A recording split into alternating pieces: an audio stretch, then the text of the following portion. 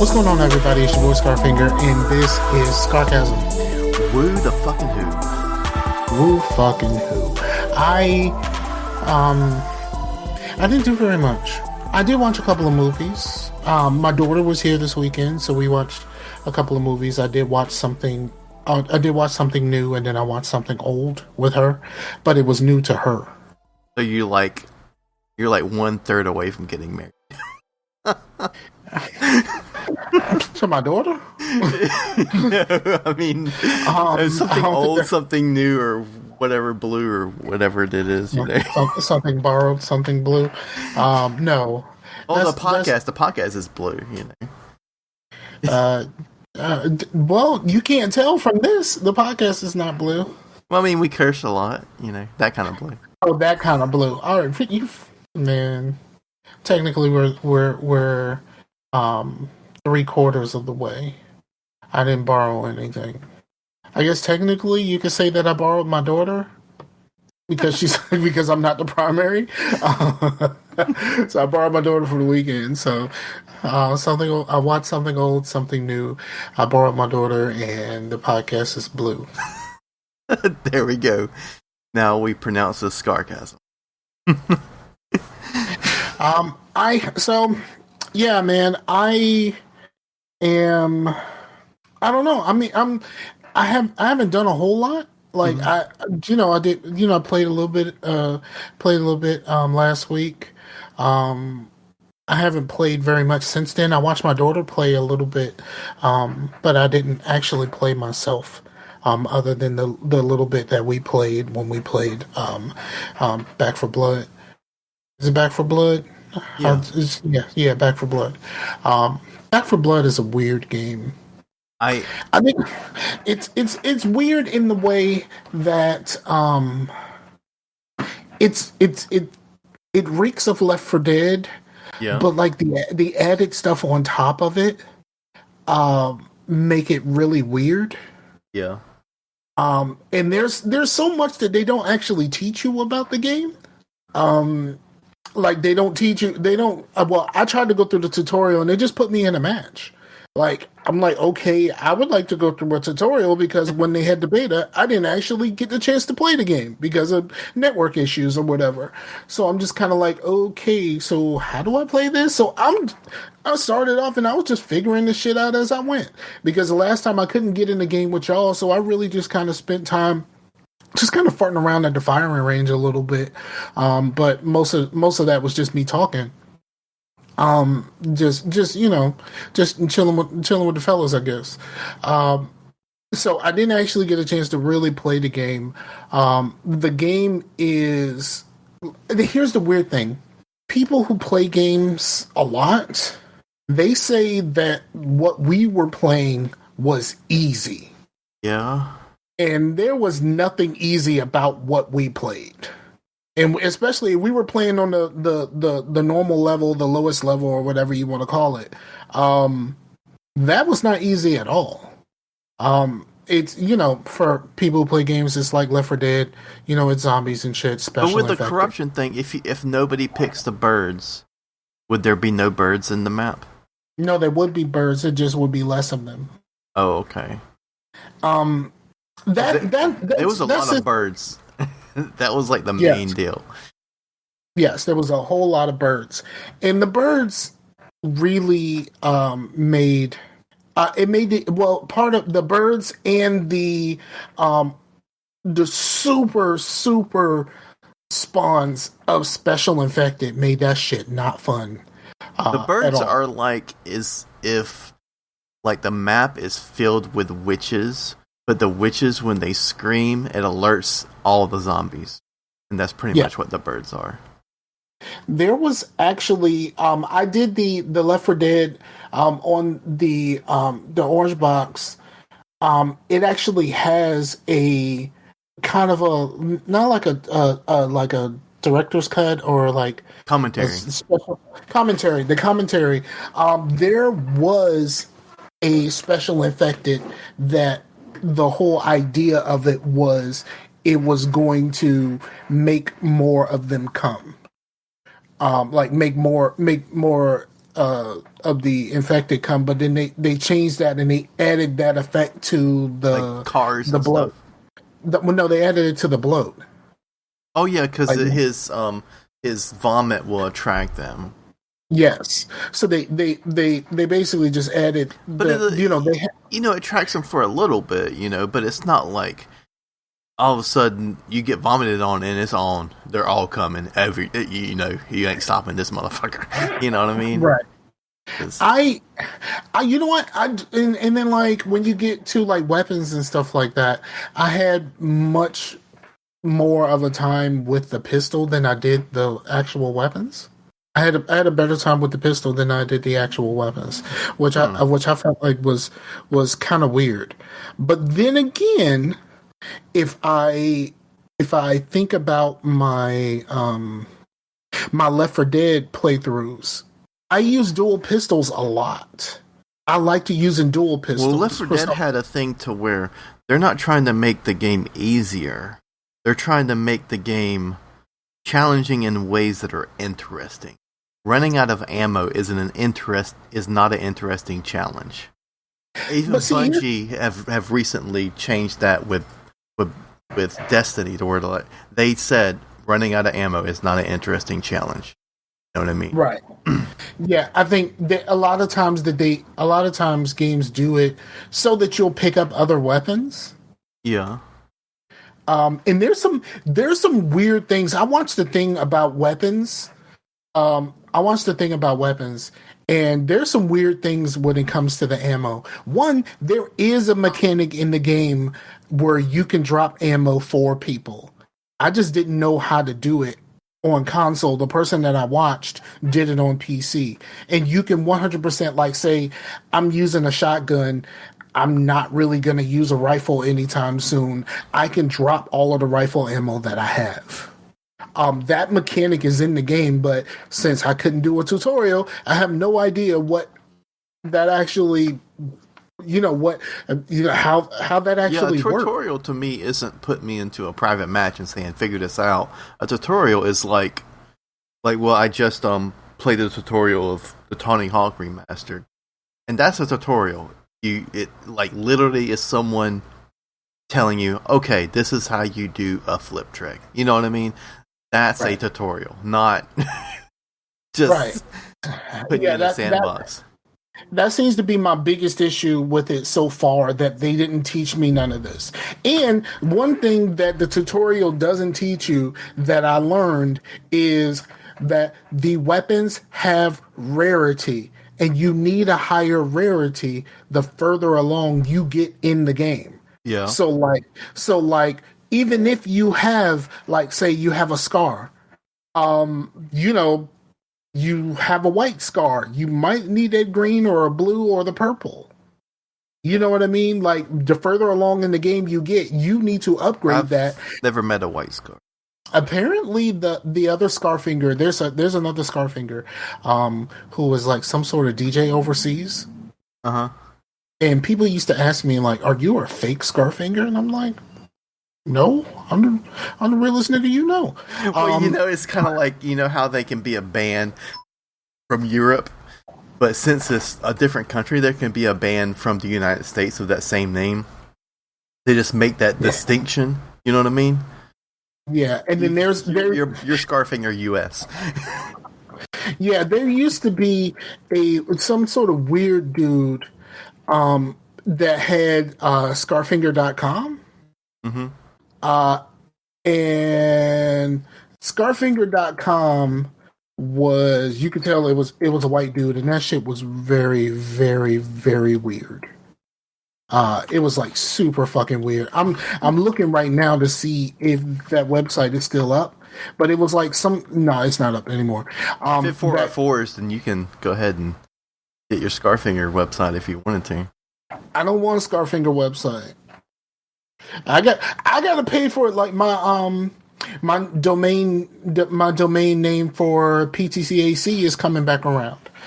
So like I'm like, yo, I gotta pay, I'm paying for two domains right now. I'm paying for the Geeks Gone Raw domain, and I'm paying for the PTCAC handcrafted domain. And I'm just kind of like, I don't really want to buy a whole bunch of domains for no reason.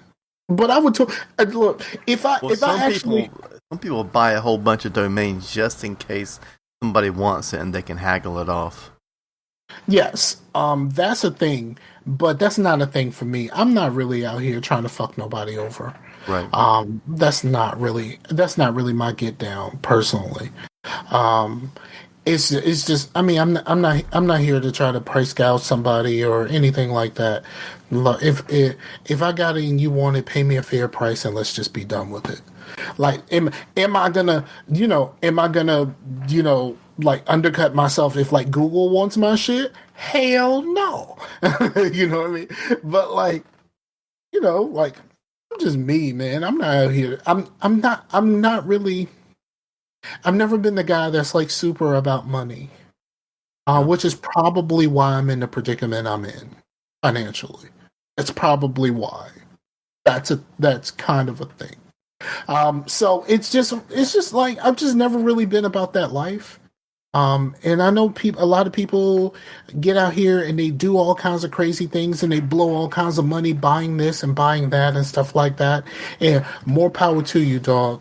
But it's just not my get down. I'm not really that type of nigga. You know what I mean? Like I'm just not.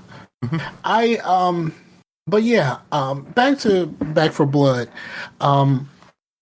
It's just the card system is fucking stupid. I'm gonna tell you straight up, the card system is fucking stupid. The idea that the card system basically goes in order instead of being shuffled at the start of your game, where you might look up and you might end up with one of your good cards at the beginning of the game. Mm-hmm. No, you have to actually set something. It kind of gets added in order, and I think that's stupid. Shuffle my fucking deck. If I set up a deck, shuffle my fucking deck, and let's do this shit. You know what I mean? Yeah. It doesn't make any sense that the cards go in order, and the fact that if you play single player, none of this shit matters. Right, but single player got fucked too, because like. You get all the cards, but you don't get any XP. You don't get any achievements. You're pretty much just playing in like cheat mode. And also, they're single player cards. There's a separation between the cards that you earn while you're playing by yourself and the cards getting those the crates or whatever you want to call it, the supply stuff, in order for you to unlock more cards. There's a separation in the game between that, and that makes zero sense. The developers are just like, this is something that we didn't foresee. It's like, how the fuck didn't you foresee the fact that, hey, I might want to play this fucking game by myself, and I hope that what I do by myself actually fucking counts for something. Right. Because like it's mostly a co-op game, but you might want to be like, you know what, I want to play some Back 4 Blood tonight. Motherfuckers ain't on, so let me play some Back 4 Blood. And you want it to matter for something, to where if you do get, like in Left 4 Dead, get that headshot on that witch by yourself, you would get that achievement, you know what I mean? But like, right.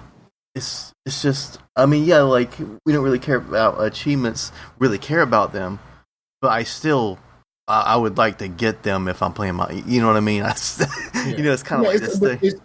It's something in the game to acquire that's going to help me out in the game. If it's going to help me out in the game, you should make it so that I can get this. It doesn't have to be easy, and it doesn't have to be simple, but make my time worth it. Yeah. And because they also don't have, which I didn't play that much of, but when I did, it was really fun. It's just getting the people, only play with friends, right? So getting the people together to do a versus campaign was a blast, but you got to get 8 people together. You know what I mean? But versus campaign, I never played. I never played versus on Left 4 Dead. I think I may have played versus on Left 4 Dead one time. Well, it's one of the most interesting versus games because it's basically the same as the campaign, except the people are the zombies or the specialists, right? But that's what kept Left 4 Dead and Left 4 Dead 2 alive to this day. I mean, yes, people would still want the nostalgia of going through the campaign, but versus campaign is what to where you'll go on and still like high up in the metrics on. So yeah, I think the reason why Left 4 Dead is one of the highest played games to this day, I think it's more or less it's a very well crafted game, and you know. You play the game to convince Valve that it's actually possible to count to 3. Yeah. Cause ain't no number 3, ain't no episode 3, ain't no Left 4 Dead 3. I was like, for some reason, Valve can't fucking count to 3. Right, but yeah, like it's crazy because the things that Left 4 Dead gets simple don't. If like how the ammo is like you just pick up ammo. It don't matter what gun you have. Pistols, they have unlimited ammo. That doesn't make the game easier. That just makes it to where there's things that I don't have to worry about in my head that make me end the game. To where the challenge is the zombies and the crazy director and all that kind of stuff, not the fact that now I don't have any ammo. I guess I'm gonna die. Yeah, and the crazy thing is like pistol ammo is used by SMGs. That's weird. And I learned something while I was watching the well, I mean the MP5 does use 9mm. But we don't need realism in our Left 4 Dead game. But also look, the Desert Eagle uses sniper ammo. Make that make sense. I'll give you time. Well, isn't it 50 cal? But it uses sniper ammo, like it uses actual sniper ammo. Yeah, so maybe they're saying that all snipers are 50 cals. I'm guessing like this shit don't make no sense at all. Like some of it makes a little bit of sense, but like in the scheme of things, and then like the fact that some of the SMGs, like the Tech 9, is used in place of a pistol, and the other SMGs are primary weapons. Like what? Doesn't make any sense. Like none of this makes any sense. So you know what? I think it's a solid game. Yeah. I think we need to like dig our toes into it a little bit more. It's something new because we were going to expecting Left 4 Dead. There's a lot of Left 4 Dead there, but they've changed and added enough to where it is its own game. And because when you do go into it thinking, I know this, I know Left 4 Dead, you're probably going to have a bad time. You need to go into it thinking what it is, a spiritual successor of Left 4 Dead. That it's a zombie game, but it's not Left 4 Dead. It's Back 4 Blood. and the whole Counter-Strike killing floor. You buy a whole bunch of stuff in between at the safe houses and shit like that. That's a little weird to me. Because it's like, okay, let me get this straight. So if I make it to the safe house, there's just this here box. And I gotta pay. It's a vending machine. I gotta pay the box. I gotta pay the box for this. Like this, that mechanic makes no sense. I'm just gonna open the fucking box and take what the fuck I want. We gotta shit that'll pay the box. Yeah, I ain't paying no motherfucking box. Like, what are we talking about here? The box is here. Like, just me and my crew is here. No one else is here to look over the box. They could put a Zer in there with like cloak on. Who's like, here's my wares or something. Yeah. Something. But you can't put him. You can't put him in there because, like, as soon as you open that door, they could possibly come in. And so, like, what do you do? Put him behind a metal grate or some shit? I don't know. And then it's like the weird thing about the guy at the very beginning of the first level that's like behind the mattresses and shit. It's just like, what the fuck are you doing there? Like, it's just some weird stuff about the game. Yeah, I don't think Sam was ready for like a multiplayer, like full party in his stream. It was a whole bunch of shenanigans going on. Yeah. So when we play, Sam did a live stream on his Twitch. So go to his Twitch. I mean, he seems to be doing pretty well with that, and he's consistent. He's way more consistent than I would be. Yeah, me too. Yeah, I've always said I wanted to stream, but I just don't have what I feel like I need to stream. You know what I'm saying? I don't think I have the motivation to just be someone other than myself, because you have to, like, I can't just go in there with Chill Chase and you know what I mean? Unless it was a lightning in a bottle and all some people just like resonated with Chill Chase. But normally they're looking for, holy shit, guys, what's up? Here we are with the stream. Oh, what's up, you guys? You're going with the Patreon, yeah. That's what they're looking for, and I'm not that. I will never. I'm not that. I think I do have enough personality for that, but I'm not really that. I'm not really that guy. You know what I mean? You know that guy. I'm not really that guy. So I think I would be more or less like, you know what I mean? I would be like myself turned up a little bit, and like I think I would play the game. See, my biggest problem is I would play the game and I would talk the same way that I talk when I'm on with y'all on live streams or in the party chats and shit like that. I think I would be, but I think that might be a little bit too much for Twitch. Just a little bit, just a little bit too much for Twitch.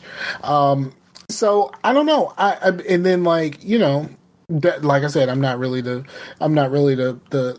money guy. So there's things that I would want in order to do something like that, and I just don't have those things. If you Patreon niggas, like, do that shit. The Patreon pays for most of the hosting costs for the podcast at this point. It doesn't even pay all of it yet because we still only have 2 patrons, and there's some good patrons though. We only have 2. They're some of the best. They are the best. We have 2 patrons, and the money from Patreon it goes directly into hosting every month. I don't use it for anything personal or anything like that. That's where it goes to. It goes to the hosting. So thank you to the patrons. Shout out to Ron Block. Shout out to Cam, my dudes. All right, so I mean, we started talking about games. I will say I watched my daughter play a little bit of Yakuza 0. I've wanted to get into that series, but I think it would resonate with me, like, because it's fucking stupid, but then it's got like its combat is like on point. You know what I mean? It's kind of, but it's like it is kind of funny how this super serious dude is in this wacky ass world. You know what I mean? But yeah, I didn't stick around long enough. I watched a little bit and I was like, you know what, I'm out. I came up here and I started watching TV in here. Like, I was just like, nah, I'm good. This ain't for me. But Yakuza 0, if one of them Kiwami in Japan, I think that means like extreme or something.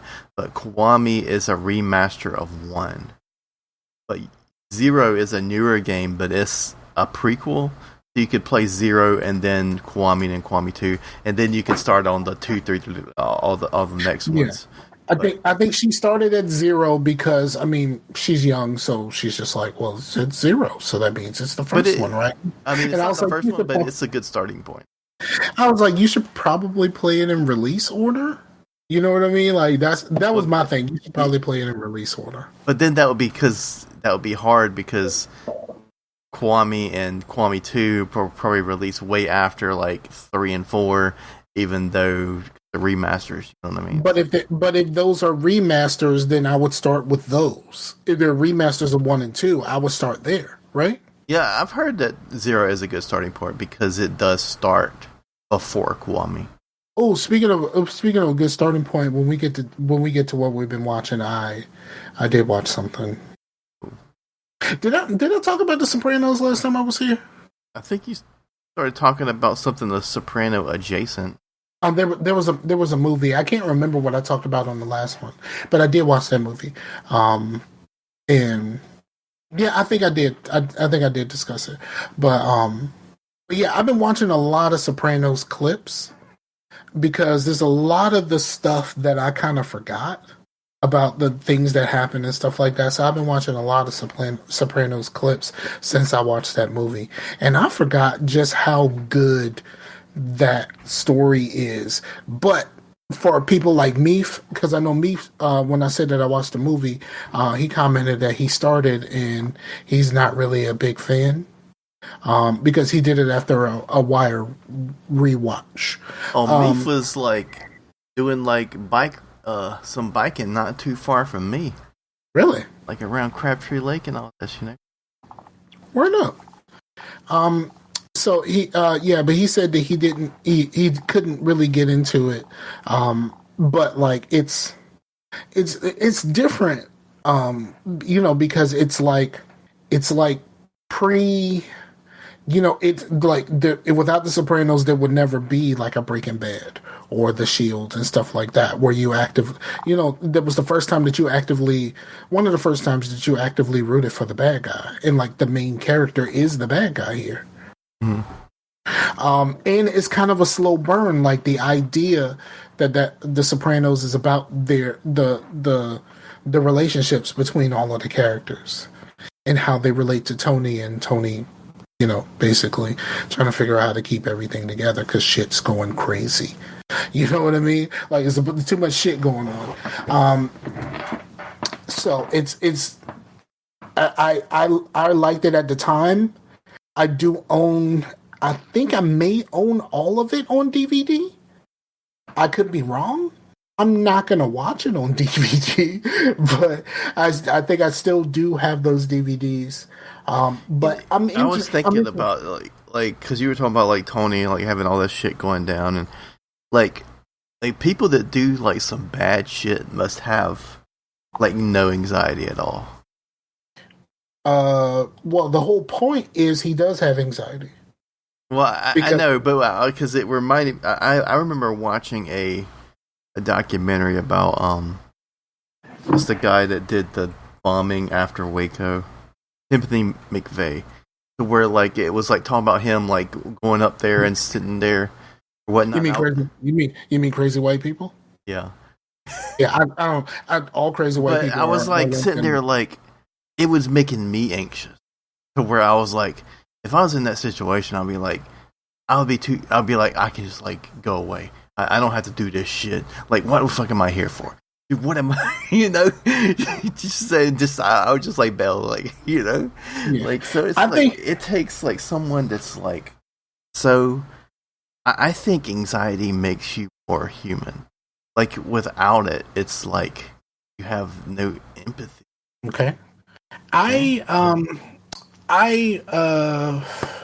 Let's see. I think I never really, I don't really think very much of domestic terrorism in the first place, but there's a movie that I watched back in the day called Arlington Road. That's a really, really good movie. It's about domestic terrorism, and it stars some heavy hitters. The two main characters are Tim Robbins and Jeff Bridges.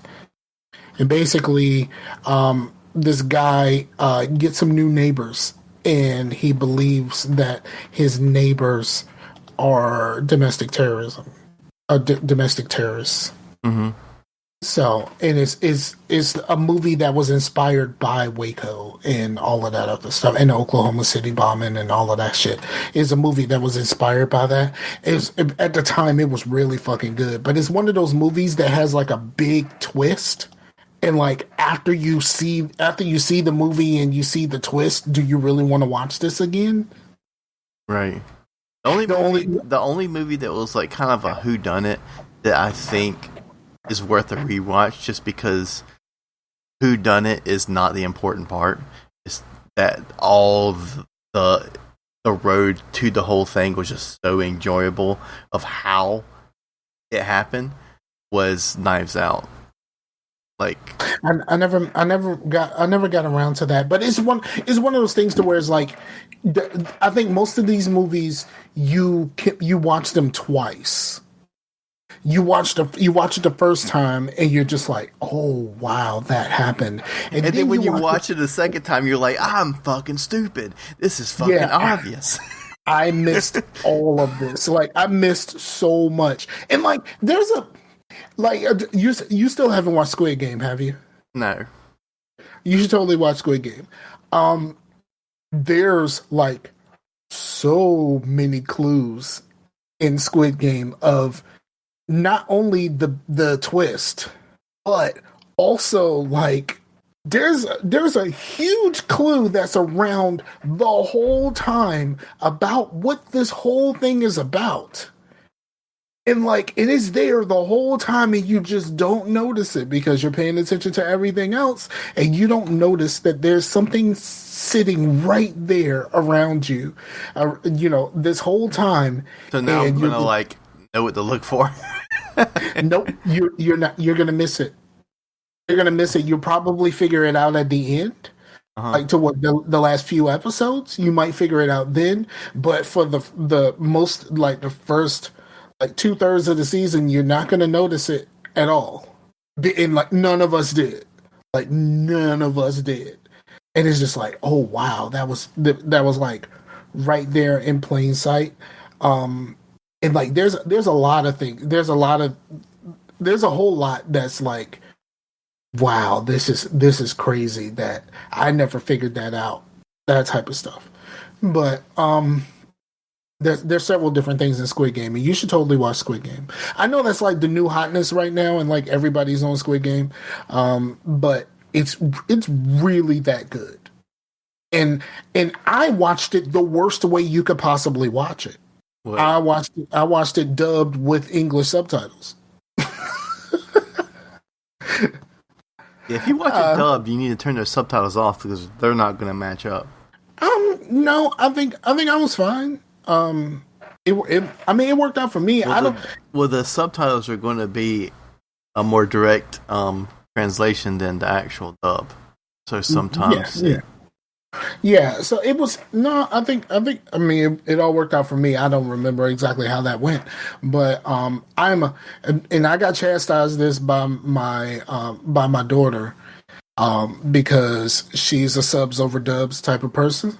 Mm-hmm. And I'm like, I usually got my phone in my hand, so I can't watch something. I can't watch a whole lot that's just subs. I can't.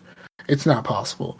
I'm usually on my phone doing all kinds of other stuff, kind of getting up and walking around and stuff like that, but still paying attention. But I'm either on my phone or I can't sit still. So like it's really difficult for me to just watch what in the original. How are you in the theater? I don't watch anything that's foreign language. I mean, are you walking around with your phone out? No. If I'm in the theater, I'm paying attention in a way that I don't do at home. Okay. At home, there's a whole bunch of distractions because like all of my shit's here. You know what I mean? All of my shit's here. So like, yeah, that's the one thing that I would want if I was like well off. I was like, yeah, I'm probably have like a boring ass house that makes it look like I'm not well off, but I'm going to be for damn sure going to have me like some sort of badass theater room in there somewhere. It's like if that's the one rich ass motherfucker thing that I do, I'm gonna have a theater room. There's a gentleman that we moved, that my company moved recently, and he is Richie Rich, like Richie Rich. He's a lawyer. And he is Richie Rich. Like he has a He has one of the cars from Bullet. Does he have a yacht with 2 pools on it? I don't know if he has a yacht with 2 pools. I didn't see. I ain't seen nobody no yacht. But he does have a stable, and he has a library in his home that required over 400 book boxes to pack. He has a fleet of motorcycles. He has a Lamborghini. He has a Ferrari. He has one of the cars from fucking Bullet, and supposedly it is one of the cars from Bullet. Like, you know what I mean? Like, we're not talking about like we're not talking about like, oh, this is a replica of that. No, this is supposedly one of the cars from Bullet. Yeah, and some of that stuff is like super. Like when you think about like expensive shit, like a person that makes like $1 million a year, even though that's small change today, but that's still rich. That's, you know, better off than what most people make, right? A Lamborghini is like $2,000, or not 2,000, like $2 million. You know what I mean? So they're still having to put that shit on credit, like even rich motherfuckers. Yeah, it's weird because like what I saw an interview with Bill Gates back when he was still on top of the world, basically. Mm-hmm. And Bill Gates still used a credit card. Why would Bill Gates need to use a credit card? I mean, his money is good in the hood. Like, his money is good anywhere. Like, there's nowhere that his money can get him. But he still uses a credit card. The 2021 Lamborghini Scion Roadster is, well, I'm not going to say the whole number because it's like an odd number, but it's definitely over $3 million. That's crazy. You know something about expensive cars, right? There's a beef between rappers, right? T-Pain, Auto-Tune Master, and Future, Auto-Tune Abuser, got into a beef over an expensive car. Did they do it in Auto-Tune? Because look, Khaled made a song with Future, and it's called "I Woke Up in a New Bugatti." You know, expensive car. And Khaled, who is friends with T-Pain, asked T-Pain, can he use his Bugatti in the video? So T-Pain sees like the stuff like on Instagram or something like that, and he says to Future, "Oh, that car sure looks familiar."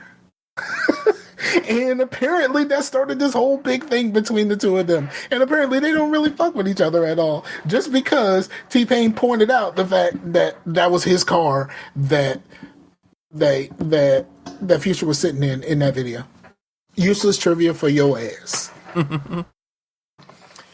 Okay, so let's get back to it. So we were talking games, and we kind of went off on Yakuza, and then we got led down this whole thing. I know you play stuff all the time. What have you been playing? Well, I've kind of been off my little schedule to where, like, so I haven't really played Red Dead or Scarlet Nexus since the beginning of the month.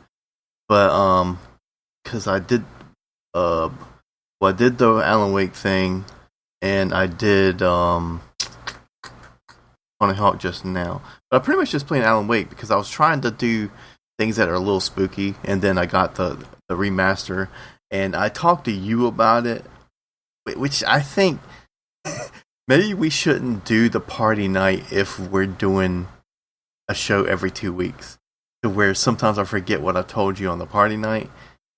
Right, I mix that up. I do mix some of this stuff up, and I sometimes I can't remember what I said on the party night as opposed to what I said. If we're playing a game together, it's different. But if we're sitting here chatting, then we're probably going to get into podcast mode. It's just podcast without a recording. But yeah, I was saying that the overall it's good. You know what I mean? It's not the greatest remaster of all time, but it's also a fairly inexpensive one. It's like $29. Like not on sale, and one of the main things that they changed was the cutscenes to where it doesn't look like they're like on like just moving their mouse like fucking marionettes anymore. Did you just do that for the video that no one's watching right now? And that's why I explained what I did. Yeah, like, you had to at that point, right? Yeah, but yeah, the cutscenes were much better. The if I was looking at it back to back, I would probably say a lot of the other stuff. But I'm the type of person to where if I see something that looks really good, I'll get used to it real fast and be like, and then I don't know the difference until I see the old shit. And then when I see the old shit, I'm like, did that look like that? Damn. Yeah, but I mean, it's always really like your mind's eye view of some of this old stuff. It like when you see like an up-resed version of it, and you're just like, oh, that's what I thought this looked like, and then you go back and see what it actually looked like, and it's like, oh wow, I really filled in a whole lot of those blanks. Yeah.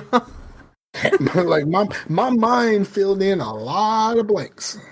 But yeah, because people don't really, because I mean, I played it on PC, and then that was even like a jump above. But a lot of people haven't played Alan Wake since the 360, so you know that this is a way heavy jump from the 360 to 2021.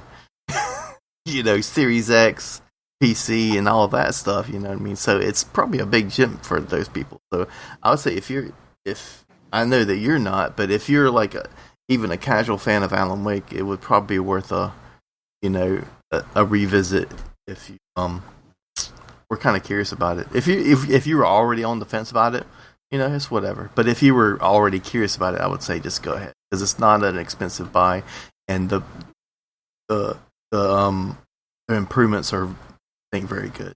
And they add some really cool stuff, that like secret things, like those little Q codes, right? Is that what they're called? QR codes. QR codes. There we go. So they're like scattered in the game, and they're like new cutscenes almost, kind of like the cutscenes to where you would see Alan at his typewriter and he's spewing a bunch of prose. And some of that, I think, I haven't found them all because I was just playing through it organically, just have fun. But apparently they really cement the connection between Alan Wake and Control. And I haven't played the Control DLC that links Alan Wake because I didn't have the DLC on Epic where I had my save, and then I did see it on sale for like $7 on Steam, but I don't know if my save would carry over. But if it did, then I'll just go ahead and play the Alan Wake one because that was a complete edition. But yeah, it's cool, man, and you can fight all the fucking bulldozers you want, Nah, son. Yeah, yeah. I mean, I understand it's something different, but that's kind of why I liked it, to where I'm like, holy shit, I'm fighting a bulldozer right now. Holy fuck, this is awesome. This is like, what other game do you fight bulldozer? I'm like, with a why the flashlight? I'm like, why the fuck am I fighting a fucking bulldozer With a flashlight? It's with awesome. a flashlight. Yeah. And flares. Like, if you don't get the fuck out of here with this shit. But goddamn, is it satisfying to get a perfectly timed flare gun shot, and all of them just go like, and the particle effects and the glow effects and all that stuff. It's very satisfying. Yeah, not terrible. But yeah, I did that. One thing I have to like warn some people that have the exact same video card that I do, and I had to look and search, and I was like, who is having this issue? Because this is kind of discouraging. It's not a big, like, most of the game is fine, but right before a cutscene and right after a cutscene, there'll be a split second of like static on the screen, and then apparently it's an issue with the game with my exact video card. And I was like, that's the ultimate chase thing to happen. It is just your card. Yeah. So, but they'll update it at some point. But mostly, it's been great. I've been running it at pretty much max settings and getting 60 frames per second. It runs butter smooth, and then I did pick up the Tony Hawk remaster and whatnot.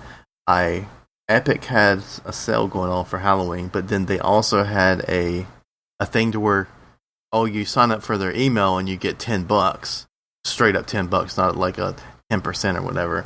So I was like, I'll get that on sale. Okay, I'll sign up for your email thing, so I get $10 off. So I got it for like $10 off of like 40 or whatever. So yeah, so I went through the tutorial on that. All the soundtracks there. They added some new stuff, which some of it, I mean, the Machine Gun Kelly stuff, it does fit in right in. I mean, I'm not a big fan of it, but it's like pop punk shit that he's doing now, and it fits right in with the game. So everything that new things that they added. I thought rock fans are mad at Machine Gun Kelly right now. Well, they are, but I'm saying musically, like if you're not even paying attention to who it is, like you're just skating and stuff, it fits right into the soundtrack. It's not jarring to where you're like, holy shit, there's some Machine Gun Kelly. You know what I mean? It's, I think it fits right in with the flow of the soundtrack. So I have never, ever in my life said, holy shit, it's Machine Gun Kelly. Like, I've never said that. I meant you would be like, holy shit, it's Machine, like you were like wincing. But if you can like, I've never said that in any way, shape, or form. Well, I guess if you were, if it was the 1920s and it was a person that was nicknamed Machine Gun Kelly, you would probably be like, holy shit, it's Machine Gun Kelly. And he's like, no, even if that was the case, if Machine Gun Kelly, if a person named Machine Gun Kelly showed up, I would be like, run, it's Machine Gun Kelly. Yeah, but you can check off songs that you don't like. So if you don't want to hear Machine Gun Kelly, but yeah, I don't think it would bother me none. There's a few songs that were on NBA Live that I didn't really like, but like once I heard them so much, they became tolerable. I mean, that's pretty much the story of Goldfinger's Superman, right? You're like I associate with that song with that game. Yeah, but I think a lot of people do. But yeah, it's there.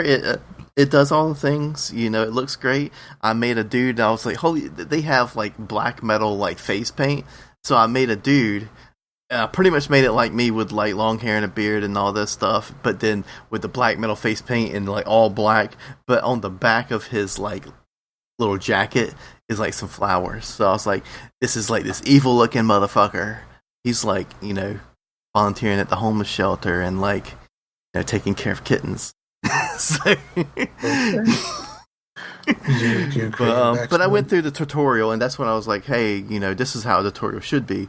Because I was like, man, it's been a long time. But, most of that stuff, it clicked right in, until it got to like more of the advanced stuff. I was a little rusty on the special tricks and stuff, but like the basic shit, it was just ollie nollie and grinding all over the place, But right, but it's good. I would say definitely if you wanted to pick it up for the cheap, go it on Epic and do their little thing. You can get it for like $13. I don't remember. It was under $15, which is okay. It's got 2 games in it and a whole bunch of new, and it looks great. But that's pretty much all I've been playing because I've been trying to like put a break on the whole Red Dead and all that, and I don't want to take too much of a break. But I mean, what other time do I have to like really feel like I just wanna? We're getting older. The seasons just go like that to where you're like, holy shit, it's Christmas. Holy shit, it's July.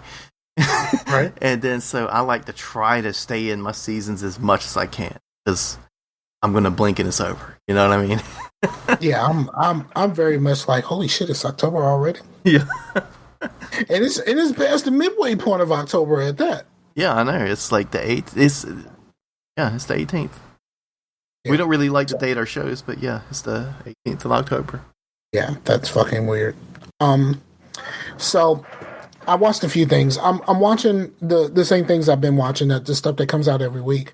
Why the Last Man and the Wu-Tang Well, I think one thing you watched is something I watched too. So what was that? Oh, yeah, I watched the Chappelle thing, but I mean, what I mean, at this point, what is left to say about Chappelle in that special? probably nothing. But I'm just saying I watched it. So, I mean, I can find something. I definitely can find something, but at this point, there's just kind of nothing left to say. But I do know one thing that I can say. But we'll get to that. Well, you know what? Let's fucking do it now. Okay. So a friend of mine who has a podcast. Shout out to my man, Mr. Span. Mr. Span did a bit about the special, and he lands on the side of it's crass. And I did not actually really. I didn't think so at first. You know what I mean? Yeah. I was really kind of on the side of I laughed quite a few times. Yeah. And it seemed very obvious that he was going for, you're gonna fucking hate me after this. I mean, he would say he's like, we're going out of the way, because even the audience would like kind of groan at something. He's like, but that's when he was going for a laugh, he got the laugh. But when he got the groan, he was going for a groan. He knew what he was doing. Yes, he knew exactly what he was doing. But here's the thing that Mr. Span pointed out, and I didn't think about this at all. Almost all of the Chappelle specials, with the exception of the ones that were in the middle, the main 3 specials that he did for Netflix were all about the exact same thing. The subject matter didn't change at all. So there was time in between them. The subject matter didn't change at all. He just kept coming back to the same shit. When they got pissed off about it on the first special, he came back to the same shit. And then he came back to it again and focused more on it on the last special. So he really, really did 3 specials where he got paid millions of dollars to talk about the exact same thing for 3 fucking specials. And that's unacceptable. Even from someone that I enjoy his comedy, I enjoy his observations. I laughed quite a bit. And it takes a lot. It takes something to be super funny for me to laugh completely out loud, and I did on that last special a couple of times. But at the end of the day, subject matter didn't change. He found new jokes in it, but they're not really new. It's just new variations of the same jokes. And then he wrapped his feelings about LGBT and trans people and all of that kind of stuff. He wrapped himself in his blackness to deflect from the criticism, and that part I didn't love.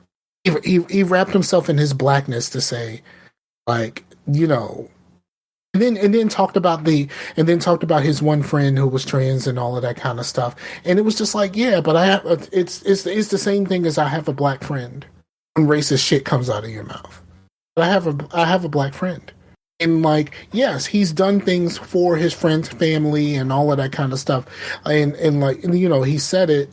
And they came out. That family came out is in support of him. Mm-hmm. But it still reeks of I have one black friend to me, and that's just kind of unacceptable. And I expect better from him. And also the idea that the reason why he walked away from Chappelle's show and when he talked about this with Oprah, when he realized that the difference between people laughing at him and people laughing with him, and you do realize that that's what you're doing to the LGBT community, right?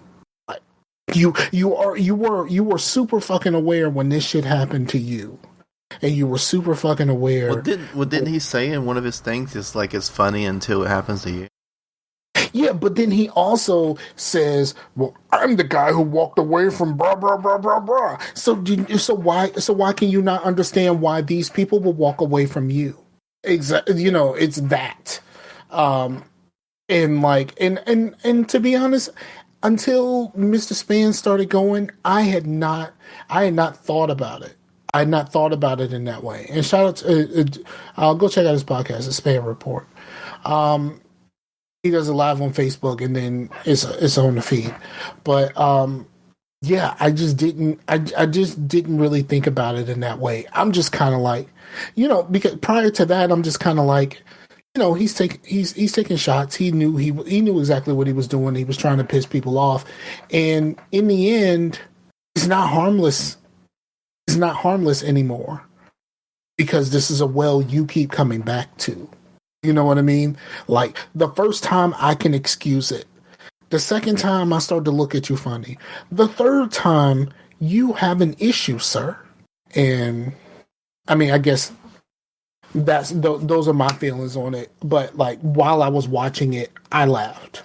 And I laughed. There's a couple of times where I was knee slapping because I watched it by myself. So just knee slapping. That was fucking hilarious. But in hindsight, what am I really laughing at? I'm laughing at someone else's pain at this point. And as someone who is a depressive, as someone who does have problems subconsciously, well, like privately, do have some issues with self-image and all of that kind of stuff. The kind of things that you don't really tell a whole bunch of people about. But I have a therapist, so I get to tell her. I realized I could have just been wrong. And like, I at this point, I kind of feel like an enabler. And no more of an enabler than Netflix themselves. What I didn't get is how the Netflix guy was like, do like the higher ups even want? I mean, it's on your thing. Like, how did it even? You didn't approve of it. How did it even get there? The part that I hated. Here's the part that I hated. Netflix is always going to stand by their money. They spent their money. They knew exactly what they were getting. You really think that nobody at Netflix actually like put this shit like watch this shit before they actually put it on their service? Right. So like, I'm not mad at Netflix. This is what they paid for. This is what makes them money, because now, there's no such thing as bad press. Like, even the people who didn't care, there's going to be a lot of people who go to Netflix to watch this just to see what this actually was and what he actually said. And I even had people send me a message and they asked me like, you spoke about Chappelle. Like, what did he actually do? And like, those people who are like, what did he actually do? They're going to go look. If they don't have somebody like me to tell them, but they're gonna go look, and that's what Netflix wants. Netflix don't give a fuck about this shit. My problem is like the stories about the Netflix people getting suspended and the one trans person that got fired. They tried to make it seem like the person who got fired because they were anti-Chappelle. And the headline says that this person who is who is trans. I thought they got fired because of they leaked information that was confidential. No. Well, that might have been somebody else, but the first one that straight up got fired, and some people got suspended, and then somebody else got fired because they tried to organize like a walkout or something like that. Right. Right. Now, trying to organize a walkout, fuck out of here. Like, I get it. Like, I get it in both aspects. Well, I get it. I mean, in a right to work state, any sort of like talk of we're going to have a strike, it's like, yeah, you're going to have a strike and you're fired. Yeah, but in a right to work state, they don't have to even tell you why you're fired. Right. you're just gone. I mean, Virginia is a right to work state, so you can. North Carolina, so yeah. Yeah, you can be the fuck out of here. But they tried to couch it as if this person was got fired because they were anti-Chappelle, and it was like, no, this person who was a low level person tried to bogart their way into a manager's meeting, a top level manager's meeting. And it's like, no, that's not how this works. Like you can't just walk in here.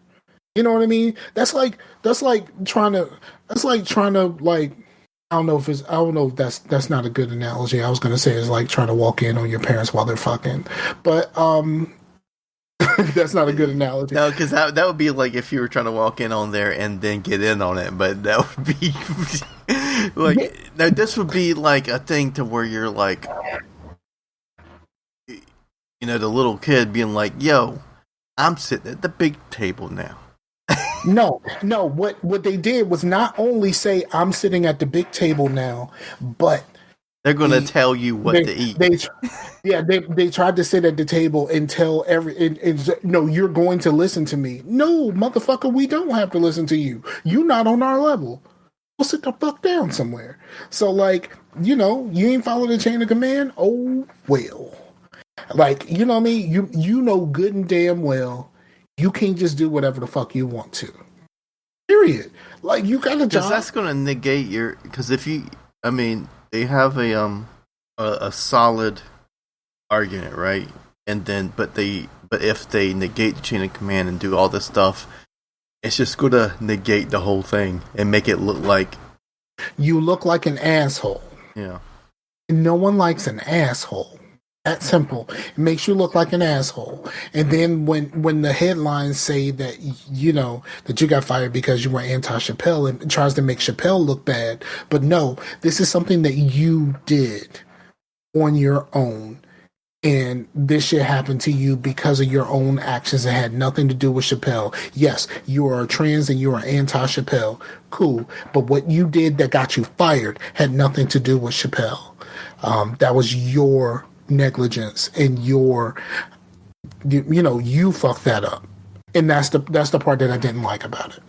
So I don't know. You got something else on Chappelle? I mean, if you really... No, not really. I just thought of stuff. I laughed while I watched it, and I'd probably laugh again if I watched it again. But I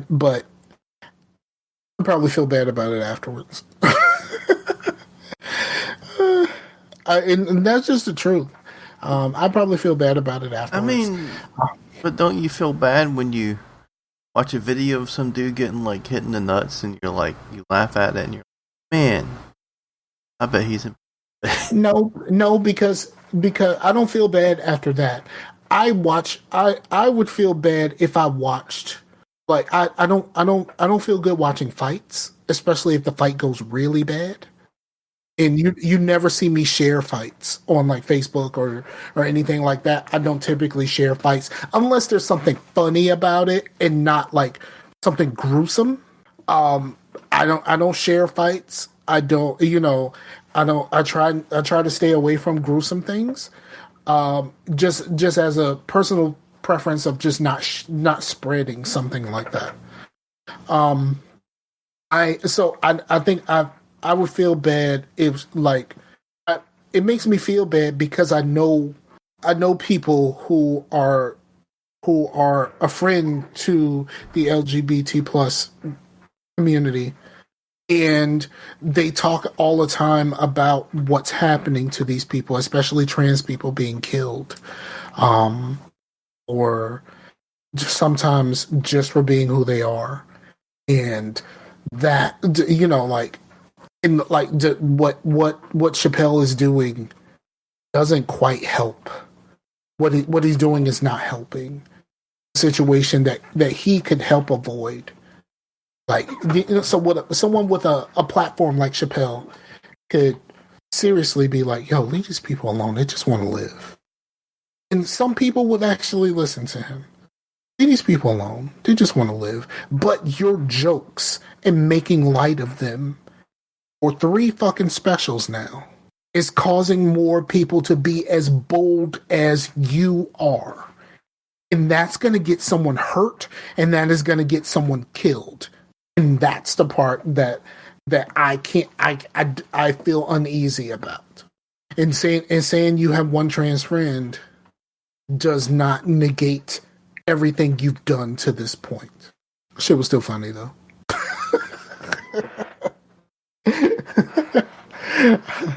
But it was still funny. I think that might be the show title. It was still funny. Let me write that down before I forget. I started to say I've been on Wu-Tang like really hard, like really seriously. And now that they're starting to perform more and like they're making these songs, I have all of the issues. Here's my problem with the performances so far. They are letting the actors perform the songs themselves. They are not actually playing the real songs and just have them kind of lip sync over it. Right. By that, there's something lost in the translation. There's times in these songs where some of the lyrics are said in a very kind of sing-songy kind of way, and the actors are just rapping through it instead of doing the sing-songy thing. And that's mostly talking about ODB. It's mostly ODB. There's a lot of instances. Well, I mean, did they really even because ODB parts in Wu-Tang and also ODB solo work has always been sing-songy. That's like his thing. Like they didn't take that into account. But then there's other parts, right? There's other parts like Protect Your Neck. First of all, the guy who is RZA, he talks so much lower than RZA. He talks like RZA, but he doesn't rap like RZA at all. Because RZA talks like this, but he raps like this. Like he's up there when he raps. And then in Protect Your Neck when he goes, and coming around the mountain when I come, like that part, those sing-songy parts are missing. And that is the part that's bothering the shit out of me. It doesn't sound right. And I noticed it when they were recording Protect Your Neck. When they were recording Protect Your Neck in the show, I was just like, something about this is off. And one of the things that was off was the crew yelling lines behind them, because that happens through that whole song. Even the coming around the mountain right before that, everyone is saying will be, and then he says coming around the mountain when I come in a sing-songy way, but that was missing from the recording of Protect Your Neck. And then they did a show in the last episode, and I got that back. They were on stage and they were doing those parts. So it made it feel more like the actual song. But them rapping or just kind of talking through the sing-songy bits just keep standing out to me. And I can't shake it. And there's a, you will be very, very surprised. If you listen to this, the Method Man, the song Method Man, yeah, he is sing-songy through that whole thing. He is a lot of people say that that rap is not music, and it's just no, because the melodies and stuff like that comes from the what the people are saying, not by instrumentation, is by the way that they say what they say. That song, it's a lot of sing-songy bits. And the way that he says certain things, the actor is not doing it in that manner. And it's weird. It's weird because the spelling and stuff. Yeah, it's kind of weird. It's not said exactly the way that it's said in the song. The actor doesn't say it with the notes. METHOD, those notes is more like METHOD, and it's not. He's not hitting those the METHOD those notes of it are not there in the same manner. There's some of it, but not enough to convince me that this is what you're actually really doing. So those bits are missing. It's still very enjoyable. Pretty much half of the last episode was the performance, and they performed 3 songs. We got a lot of Wu-Tang, actual Wu-Tang. Finally, we're getting like the songs, the things that we care about, that type of thing. So that's cool, and I really like that part of it. I just really wish that the actors got at least tried, because the guy who plays ODB, he's not really trying. It's more evident with ODB, but everyone has bits where they do this in a sing-songy way, and those sing-songy bits being missing just kind of hit you a little bit if you're a fan like I am. Like, it just, it's karaoke to me. It's like someone's reading. Are they going to keep going through? Are they going to end off on 36, or are they going to keep going through like Wu-Tang Forever and all that stuff? I know that they had to wait until they got greenlit for a second season. There was a little bit of break before the green light for season 2 actually happened. So here's what I think would probably be the best. Go through forever. Get through forever.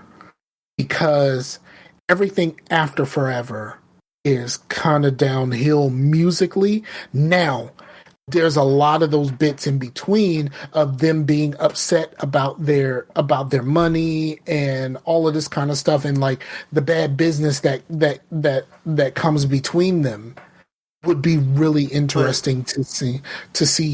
It would be really interesting to see as like the drama of the show and something to push the show forward. Like, these dudes believe that they're brothers, but like the business is what's coming between us, type of thing. I would love to see some of that type of stuff, as a way to carry the show, as opposed to, we're making this album that you know and love.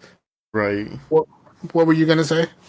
I was going to say that when the covers aren't really. Well, anyway, I have no idea what you're talking about right now. Well, the Wu-Tang, because I don't even know much about the W and Iron Flag. Right, I haven't even really listened to those, but I heard that like a Better Tomorrow, like that the comeback. I guess you would call it like a comeback. Like, wasn't so bad. I can't. Now I got to look it up. It's just that the cover on Wikipedia doesn't. There's a different cover than I remember.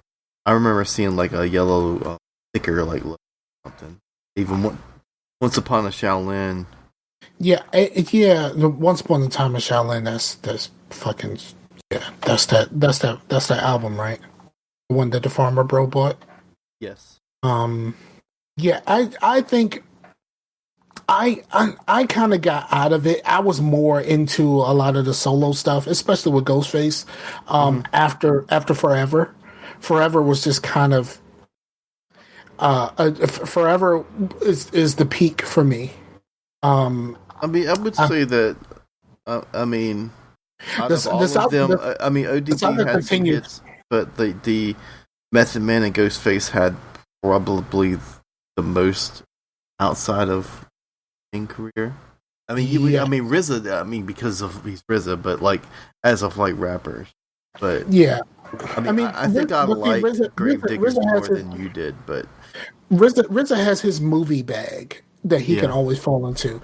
I like some of the side stuff, especially like Killer Army meant something to me. I really like Killer Army, and like some of that type of stuff. But I think my favorite is always going to be Ghostface. Like, Ghostface is the only one that really made consistently good solo projects.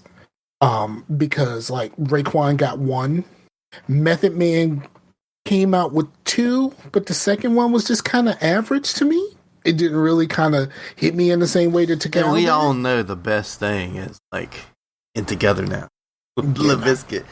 I mean that song's just good, man. Shut the fuck up. Mm-hmm. And then, but I like the idea that in The Saga Continues, they added Redman. Yeah. In that, and to some songs, and like Redman, it's clear that Redman is probably a lot better than most of the Wu. But The Saga Continues is I think is the one that it doesn't have You God. They dropped You God. Well, You God was suing, so he was suing. So You God's not on the album, but like, is You God really that missed? I actually own the You God album. I bought the shit from Warehouse Music used, and I'm like, I'm glad. I think I remember in some of our conversations that you did not like Gravediggers. I was less into it than like my brother liked it. I was not really a Gravediggers person. I didn't care for the fake horrorcore nonsense. I mean, but it didn't mean anything. Right. I mean, it's dumb. You know what I mean? But it's dumb in like a way that like I don't know, man. 6 Feet Deep's kind of iconic. You know what I mean? I definitely had the first Gravediggers tape, but I just didn't. It just didn't really do it for me, I guess. Yeah. I mean, yes, it's weird that like hardcore had like so many people that were like you wouldn't expect would have started out in horror. I would actually consider Eminem's first album to be horrorcore because it has a lot of that. Like, maybe it's because like when it first came out, I kind of lumped it together with like Korn and stuff, you know. And I think he was trying to compete with that a little bit. But I think Eminem's shit was just kind of different. Like, I think it was.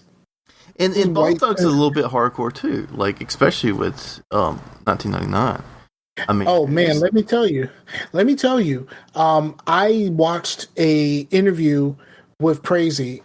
Crazy did an interview on Drink Champs a couple weeks ago, and he was talking about how like a lot of that stuff, like, you know, they messed around with a Ouija board before, but it wasn't anything that they were like super into.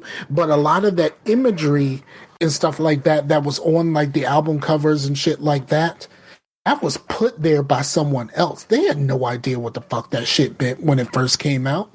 They had no idea what it meant. Like, they just made the music based off of things that they knew. And like, yeah, one day somebody came over and they were playing with a fucking Ouija board, so they made a Ouija song, you know, like that type of stuff. But a lot of these elements, they had no idea what it was really about. All of these occult symbols and stuff like that, that's all over the liner notes and stuff like that. They had no fucking idea. Like Crazy said that. He said like it took someone to be like, hey, you might want to look this up because this is now being associated with you, dog. You know, but yeah, I would still consider it. Even just musically, you listen to some of the tracks on there, like Creepin' and stuff, does have a like you could see that track like in a horror movie. You know what I mean? Musically, but I mean, 6 Mafia is good and. I mean, I think, like, what's his face? You mentioned him earlier, like Tech Nine. I think some of his stuff was hardcore. There's stuff. I've never been a Tech Nine fan. I think, and I know that this is not a Tech Nine thing.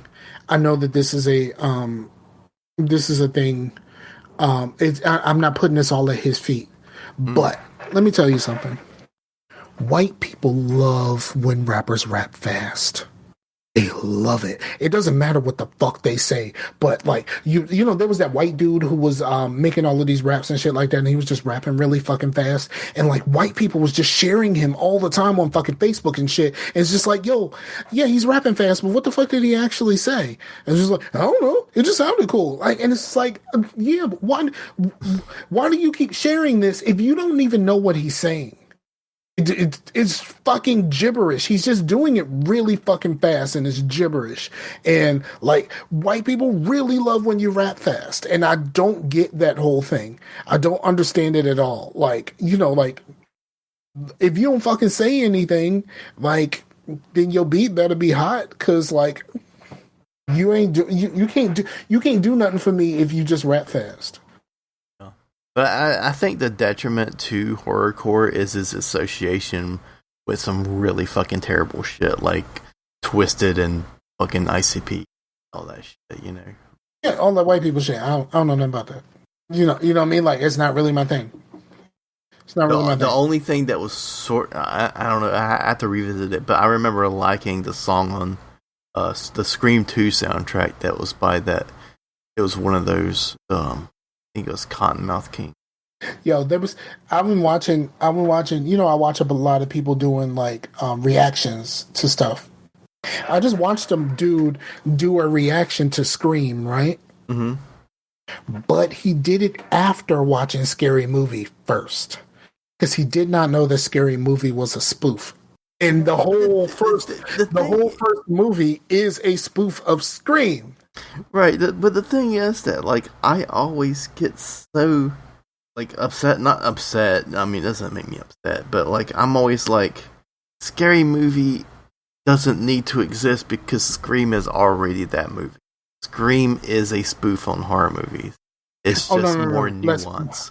No. Let's be honest.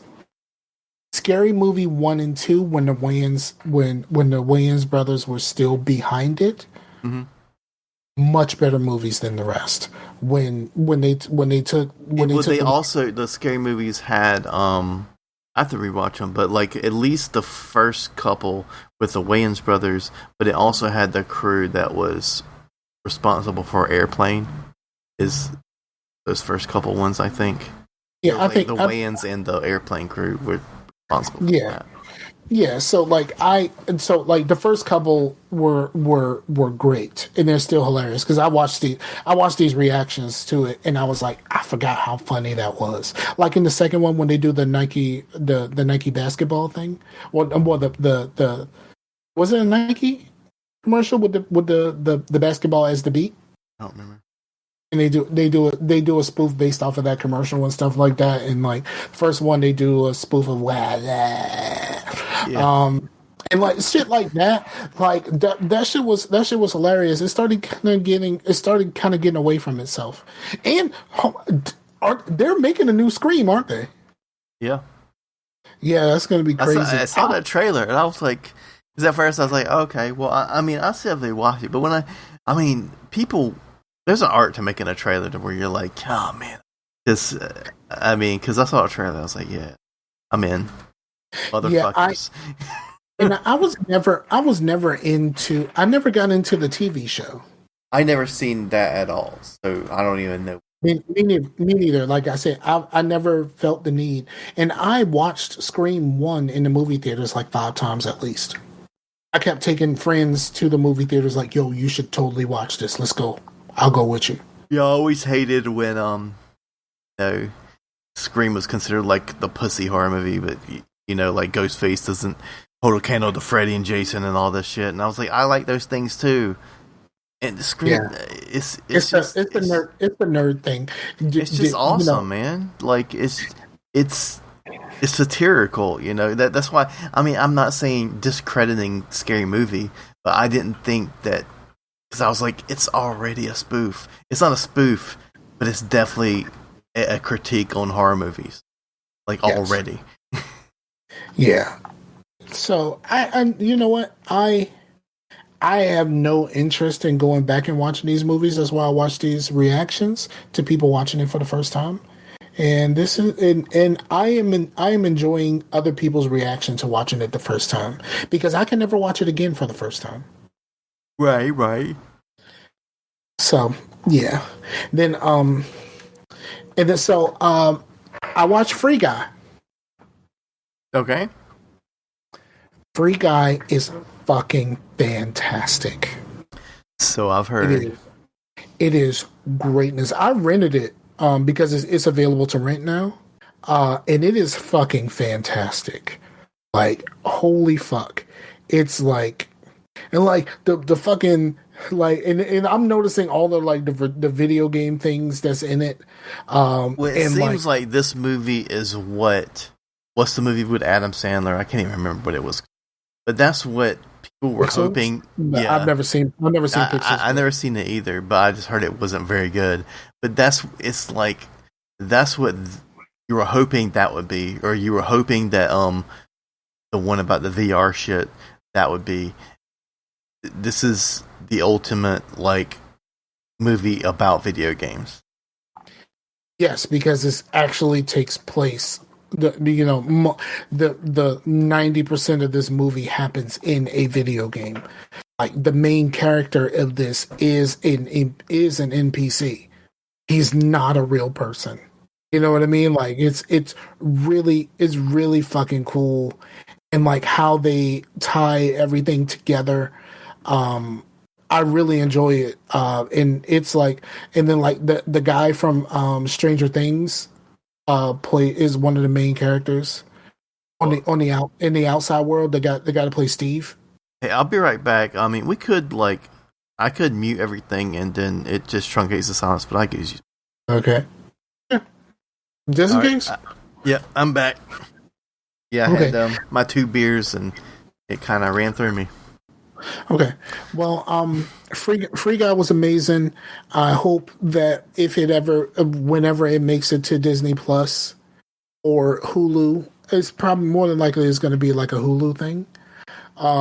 Because a lot of that stuff ended up on Hulu instead, like the Deadpools and stuff like that. At one point, they were on Hulu. Now, in that, I watched Deadpool again. Because I was watching with my daughter, and I asked her, has she ever seen Deadpool? And then I realized that when Deadpool came out, she was a little bit younger, and I thought it was a little bit too much for her. So she never watched Deadpool, so she had never seen Ryan Reynolds. I was like, no, this guy is fucking hilarious. And we watched Deadpool. She was on her phone most of the time, and she didn't laugh. Most of the jokes were kind of a little bit over her head. I had to explain a lot. I had to explain the X-Men movies and Wolverine because the Wolverine is a running joke in the Deadpool movies.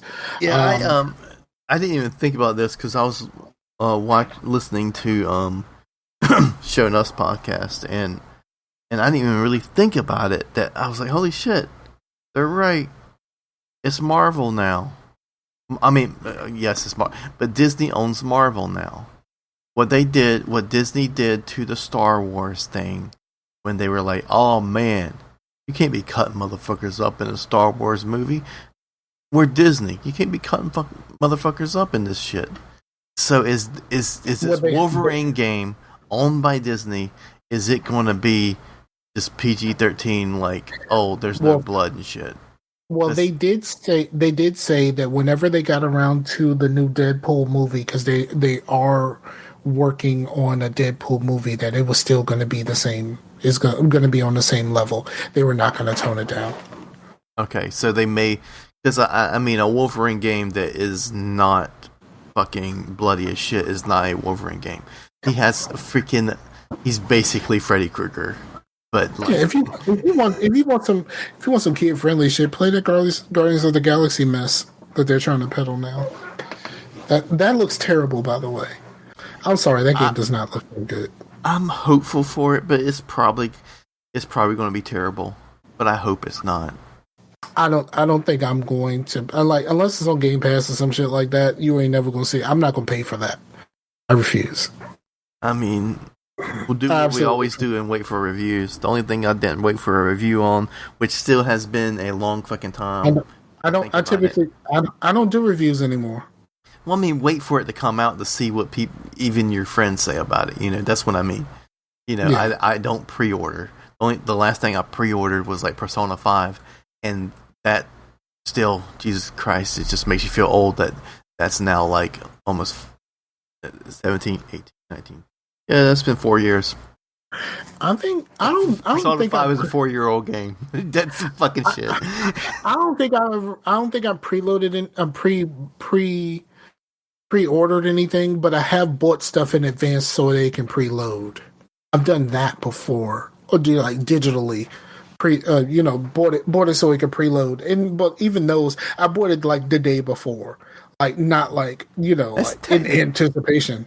That's technically pre-ordering, but you're not pre-ordering like way in advance. But you are buying it before it came out, so it's technically. I'm buying it. I'm buying it so the shit can load. But I got fucking shot in the ass with that shit. With that I mean, I didn't buy it. It was on Game Pass. But that what was the Cyberpunk game that came on Game Pass? That's like Diablo. I know what you're talking about, but I didn't see any interest in it at all. But I know what you're talking about. Yeah. The isometric Cyberpunk game, and I can't think of the name because it didn't interest me at all. I can't remember, but I preloaded it, and apparently by preloading it, I was fucking stuck at a pre-release version that I couldn't get in with friends, and every time I would try to, I couldn't update it. When I had to uninstall it and reinstall it, I was like, "Well, fuck." That really Wow. like I think isn't the other game that you're playing, isn't that on Game Pass too? Was it the Scarlet Nexus game? Yeah, it just came on Game Pass. So anybody, that's a good game. I bought it like fucking 5 months ago, and I still haven't finished it. But like just because I've been really slow at finishing games lately, but it's a good game. So I mean, try it on Game Pass. Like another thing that shown enough, it didn't really resonate with him. I remember when he was talking to me, I was like, "Oh, this game's like kind of long for a hack and slash." And I was like, "Hack and slash? Yeah, I know you're hacking and slashing somewhat in the game, but this is an RPG, dude.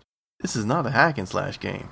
So yes, it's going to be 40, 50 hours. It's not Bayonetta. It's an RPG that happens to have hack and slash combat. But but yeah, so yeah, it's good, man. Like, so that's a must. I mean, a lot of things are a must. Even fucking Avengers, that's a shit game. But if you're like somewhat interested in it, fucking install it and try it. I mean, Jesus fucking Christ. I mean, but I'm ready, and Matt and more Mike than Matt, but like we were talking, and like I am ready for Game Pass to feel like, holy shit, I don't have to pay for that? Holy fuck, yes. Rather than, well, that shit was on Game Pass, glad I didn't pay for that. I'm ready for that rhetoric versus the other, you know what I mean? No, I feel like that already. I'm sorry, I do. And I'm probably going to feel like that again when Halo comes out.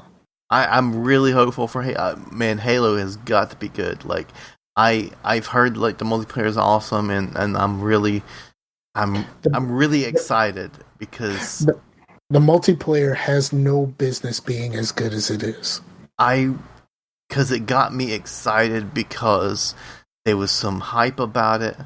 The Ascent. I've been doing this whole time trying to find that game, but The Ascent is the game that I was talking about. But yeah, Halo. When we did our Father's Day thing, that was around the time of E3 that where they're really talking about Infinite, and that's really got me talking about wanting to do the Halo thing.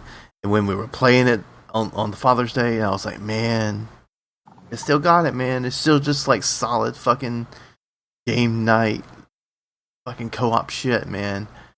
And so I'm excited about Halo Infinite. So that's the one, because I was actually thinking about canceling my Game Pass until Back 4 Blood, because I was like, well, maybe I should just get PC Game Pass, get a little bit cheaper, because my kid isn't really playing it.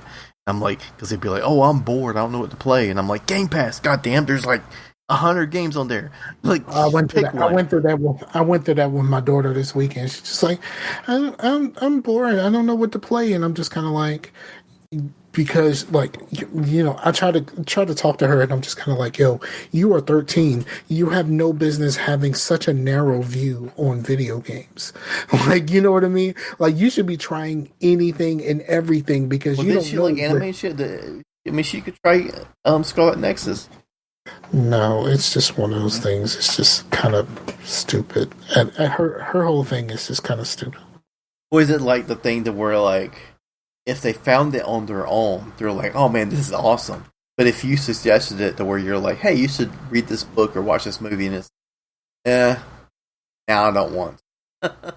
Yeah, but so. It's I don't know. It's just I can't call it. I love Game Pass, and I love all of the things that I don't have to buy because of Game Pass. Yeah, period. I mean, I like Game Pass too, but I'm ready for like the thing to where. But I think that's a gaming problem at all these days, because like, there's nothing that is coming out or has come out in a while to where I'm holy.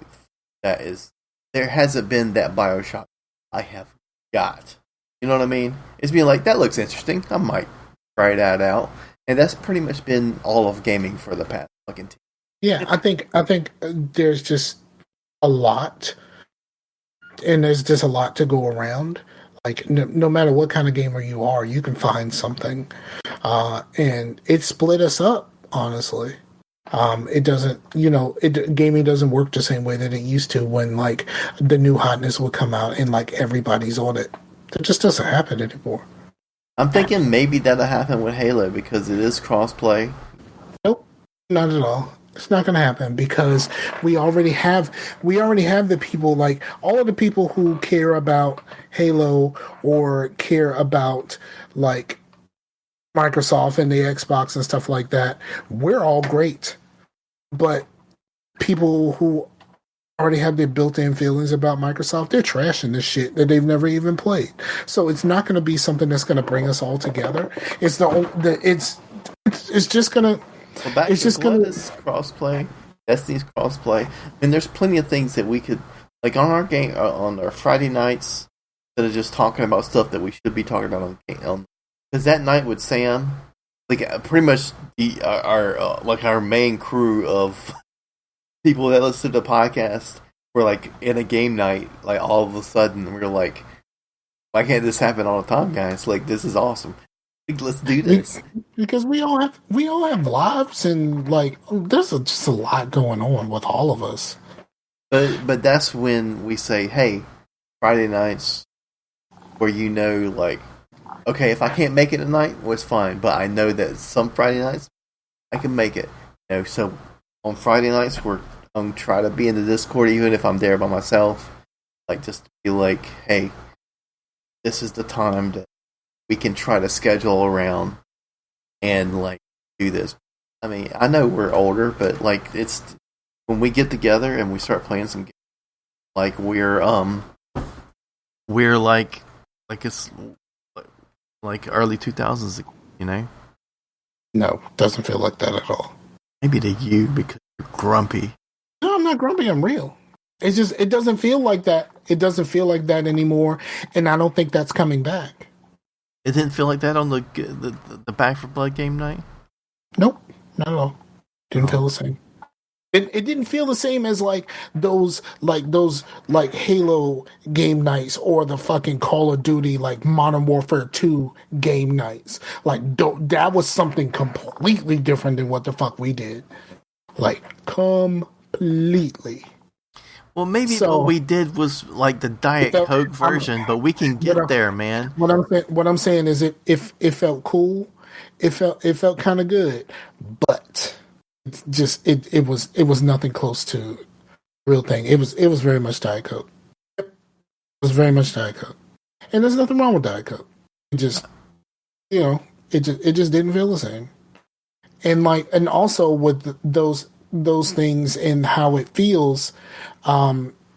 It's also like those games also allow for way more people. Yeah. Than like a Back 4 Blood. I mean, it didn't even really feel like a real Left 4 Dead game night.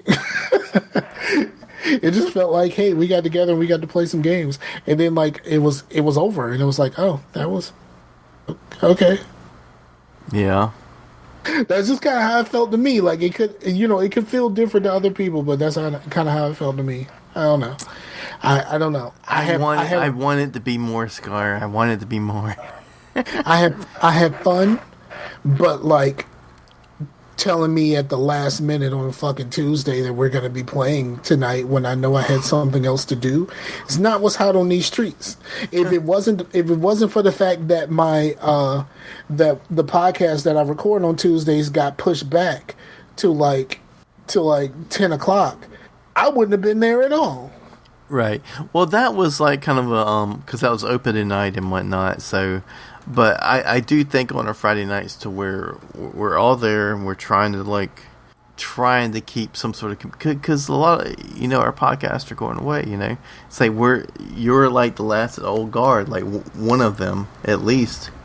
Because our, and that's why I feel much better about just being in the room. And it's less for me about actually playing the game with you. Mm-hmm. Like it's more about just being in the room, the camaraderie and the friendship and all of that kind of stuff. And just kind of bullshit and just kind of talking about shit. Like that means more to me than the actual playing of the game. Right. How many times we did a game night or something like that, and I couldn't play the game, like during the Back 4 Blood beta. Like I was just there. Right. I've done all kinds of stuff like that. Well, that's the part that means more to me. I'll just say that. That's the part that means more to me, and it will always mean more to me just to do that. Just being there means more to me than actually playing a game, because I don't really play a whole bunch of games these days, and I'm playing on an inferior machine. Yeah, but hey, not everybody can have a PS5, Scar. Well, I don't want a PS5.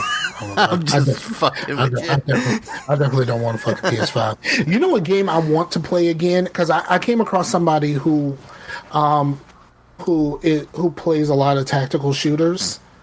I want to get back into Ghost Recon Breakpoint.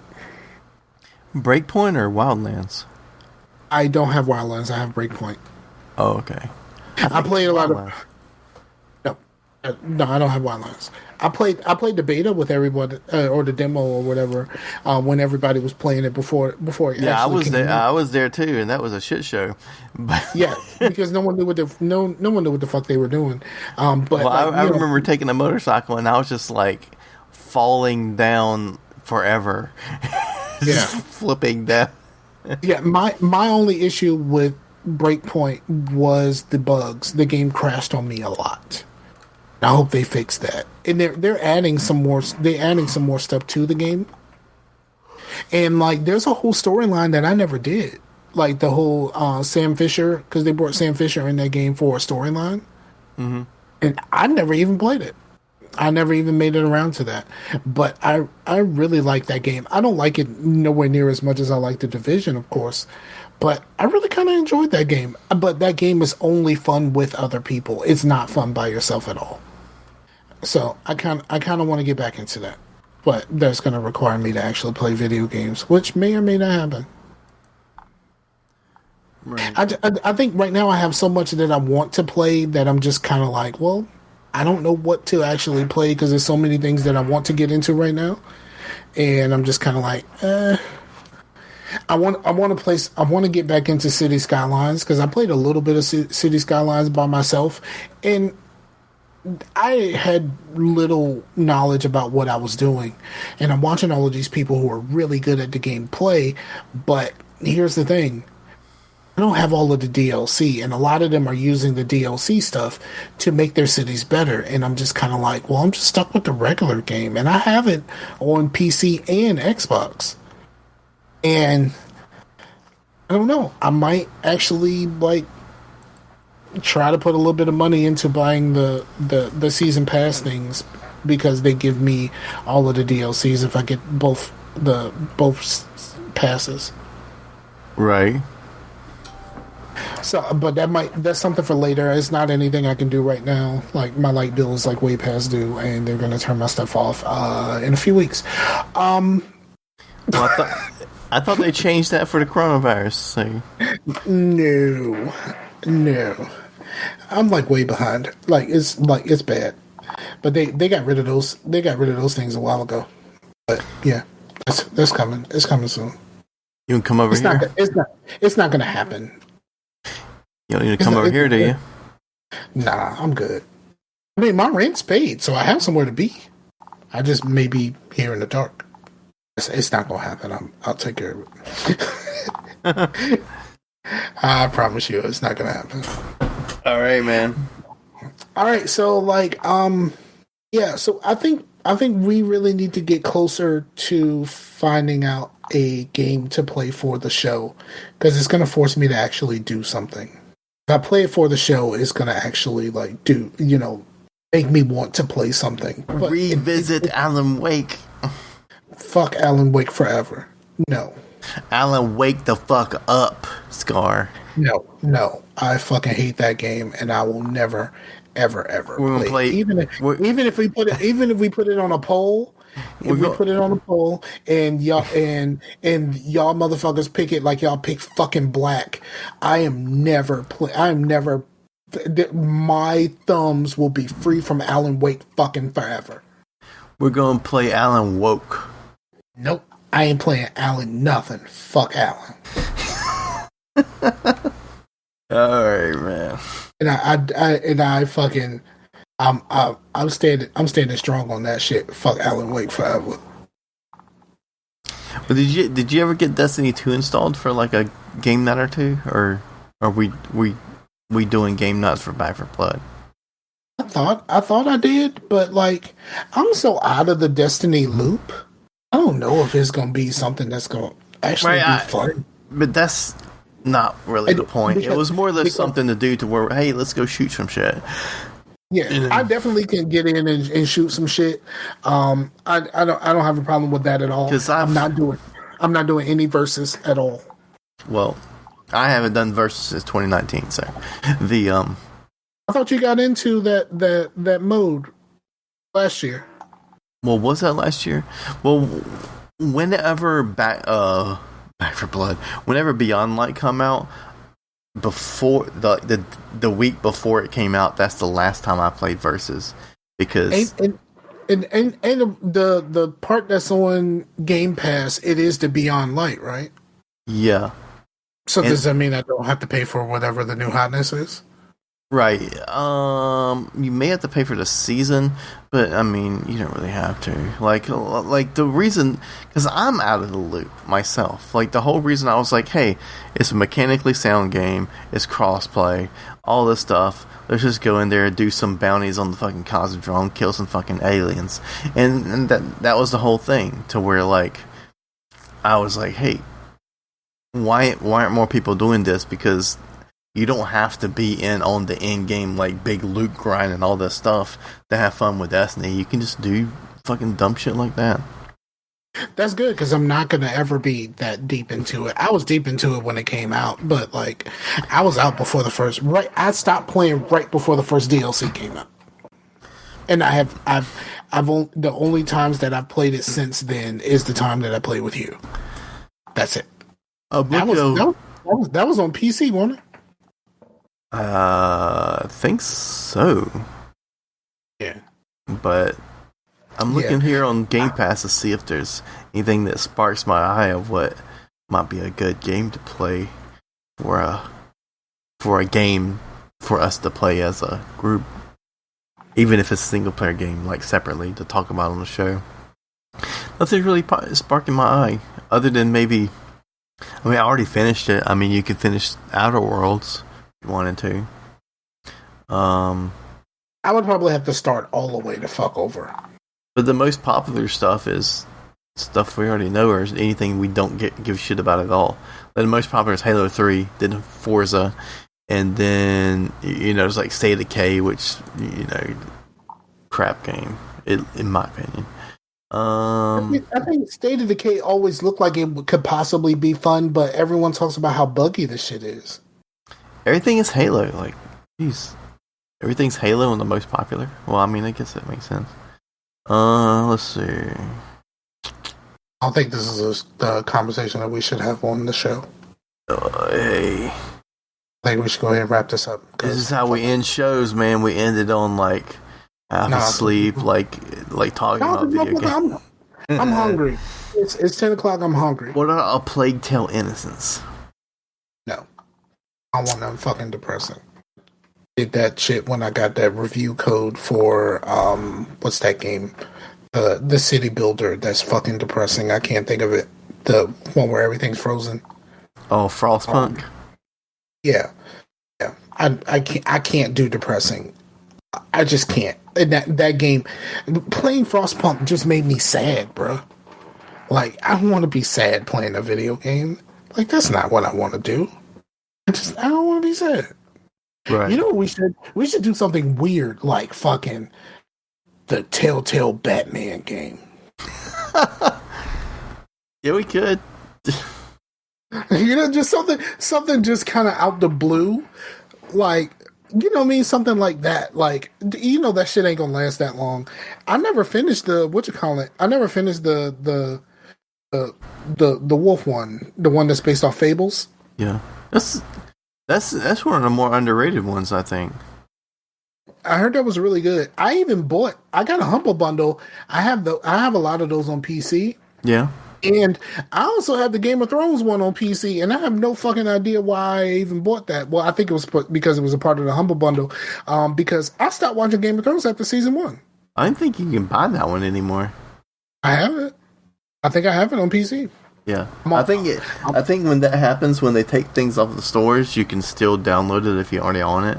You just can't buy it because remember that I was game sharing with a guy that had that Transformers game that was on the 360. That game was like super fucking good, and I never finished it because I got it on GameFly, and then he had it on a PC. And I was like, man, this game's good, but you can't buy it anywhere. I guess like the Hasbro license made it to where you can't buy any Transformers game, but like it was like War for Cybertron or something like that. Those games are good, man. I totally have that game. I just looked it up. My Steam library. I totally have the Game of Thrones Telltale game. But do you have War for Cybertron? No, I like the Transformers, but I like the originals. And like I'm one of those people that was at the right age to get traumatized by the first movie. Yeah. And like, so like, I'm really traumatized by the first movie, and like that whole thing to where like this whole like 2 seasons of a show, there's a whole fucking war, like a couple of wars, and nobody dies, and you finally have a movie, and then someone dies. It's no fucking everybody dies. Yeah, like everybody fucking dies in the movie. And like when I got it on DVD, because I bought it on VHS, there was a moratorium on it where they just kind of hold off on it and they don't sell it. Because you know, I worked at a video store at the time, so when it came off a moratorium, I bought it through the video store on VHS. Mm-hmm. It was like one of the greatest days of my life at that point. And I think I spent like a lot of money for it. Like I think I spent like $30. And like when you work at a fucking video store making $5 something an hour, like $30 is a lot of fucking money, dog. So I paid for it, and like that was cool. But when I got it on DVD and they had the special features, and they were talking about like the impact that it had on people my age, I got pissed off, and I've never watched it ever again. Because, like, literally, I was traumatized as a child, so they could kill off all of the old toys, so they could sell us new toys. The whole point of that movie was to sell us new toys. That's it. That's the whole point of the Transformers movie, is to sell us new toys. Everybody got killed and or changed. You know, like Megatron got changed and all that other stuff. Like he still survived, but he changed into a completely different toy. Like, you know what I mean? So like that was the whole point of that movie, and that's the reason why fucking my childhood was traumatized by them killing Optimus fucking Prime in front of my fucking face, dog. They killed Optimus Prime for a marketing ploy. They just wanted me to buy new shit. They wanted me to buy fucking Rodimus Prime, and I'm like, fuck that shit. Fuck Rodimus Prime forever. Not the person Rodimus Prime, because I like Rod. Shout out to the black guy who tips. But I'm talking about the character Rodimus Prime. Fuck that guy forever. Like, I'm not buying Rodimus Prime because you kill Optimus Prime for no fucking reason. And then the worst part about it is, here's the thing. They killed Optimus Prime, and then the dude who took over after Optimus Prime, they killed his ass too. Why? Because he wasn't a new toy. Ain't that about a bitch? Yeah. It's a fucking bitch. Like, fuck Hasbro forever for what they did to my childhood.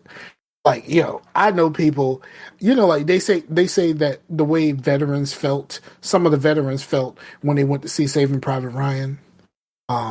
That's how I felt when I saw the first Transformers movie. There's a story about this lady who I think it might have been a little bit less, but no, fuck that shit. That shit was traumatic, dog. You were young and you watch Optimus Prime fucking die. That was my fucking hero, dog. Optimus Prime was the shit, dog, and he fucking died in front of me. Yeah. But, I mean, I saw it back then too. Yeah. But there's this one story that this lady was telling about going to see Saving Private Ryan with her dad, and her dad was I don't know if he was in that war, but he was in a war. That first little bit of Saving Private Ryan is the realest of the real, and she said that she is watching the movie just kind of intently and not paying attention, and just after the beginning of that movie happens. She just happened to be like, where the fuck is my dad? He is balled up on the floor crying, scared out of his fucking mind because that shit reminded him of being in an actual fucking war. It put him right back to where he was when a lot of this shit was happening. I think it was the same war, but because it's around the time that movie came out, so a lot of those people were still here. I'm guessing a lot of them are still here, but still. But yeah, that. So like, I felt like that when Optimus Prime died. I'm not saying that I feel that my pain is equal to someone who's actually been in a war, and I'm not equating my pain to someone who's actually been in the military and been through some real shit. That was real shit to me, dog. Yeah, Optimus Prime was real to me. Fucking that's the moment you were like, fuck capitalism. No, remember, I didn't know that that's what it was until the DVD came out. And then that's when you were like, fuck capitalism. Absolutely. I'm just gonna go be a fucking hobo, because fuck capitalism. You'll move to Portland. Hell yeah. Oregon outlawed all the drugs. I could just do whatever the fuck I want. They outlawed all the drugs, dog. They're not outlawed. They allow all of the drugs. Yeah, that's kind of the opposite. I think you're going for. They allow all the drugs. Let's do that. We should totally do that. Then it don't be like it's not like fucked up like Virginia where they allow you to have weed, but you can only have a certain amount, and you can't smoke it out in public. That shit's stupid. It should have the same rules as New York. Where New York, you can smoke weed anywhere where you can smoke cigarettes. You know what I'm saying? Yeah. But all right, I think that's the show. I'm like super, like internally, I'm like still like super frustrated about this Optimus Prime thing. Like this shit is really bothering me right now. So I'm gonna go eat some food because food is my comfort. I'm a fat guy, so food is my comfort. I thank you guys for checking your boys out. I promise by next show I'm gonna play some fucking video games. And I'm gonna try to listen to some more podcasts because I'm way behind on podcasts because I only listen to podcasts while I'm in the car. I don't really listen to podcasts at home. So like I'm behind on like so many shows. I was like that too until I got the little earbuds that I got for Father's Day, and I do listen to podcasts a little bit more that way. But when I'm at home, I'm just watching YouTube. You know what I mean? I'll just watch stuff on YouTube. So like, I don't know. And the worst part about it is I'm caught up on a lot of my YouTube stuff. So I'm like searching for things to watch on YouTube. There's a guy who keeps releasing these videos. They're all like 2 hours each, and he has he's playing RimWorld. He's playing no pause. Like he cannot pause the game. Even if he takes a break, he has to put it on like the slowest speed and like go do what he needs to and then come back because something may happen while he's gone. Right. So it's no pause and it is on the hardest difficulty. Everything turned up. All right. I got you. So I've been watching that, and that's been interesting.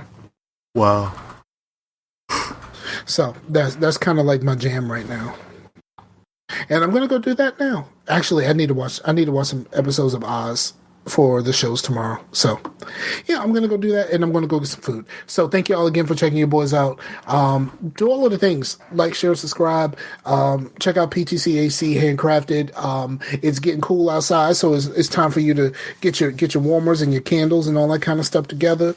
Oh yeah, so Amber wants a candle. She's like, fucking. Okay, just we can speak. Let me know. We can speak away from here because but also check out Crucial Core. Still doing the Friday 13th thing. We just did part 5, which will come out in the morning. Which I'm sure. It'll be already out by the time we do this. But after that, it will be Jason Lives, which is my favorite. That movie is hilarious.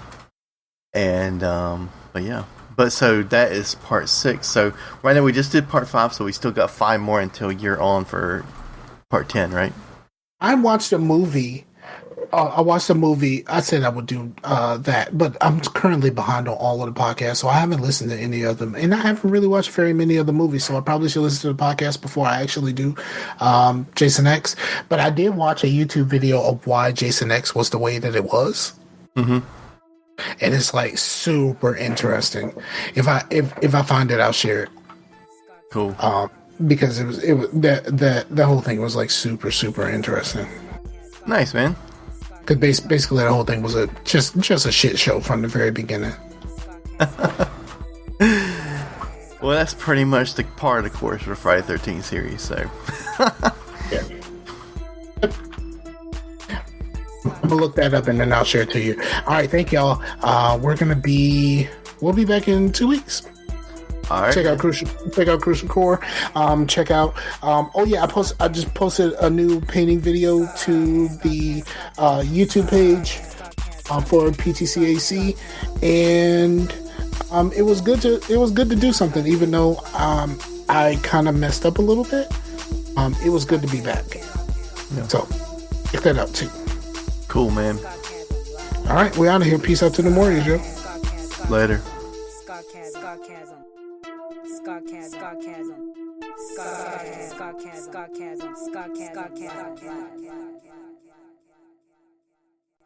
I like that shit, yeah, boy. Look, I'm telling you, Walt. All right, I ain't gonna talk.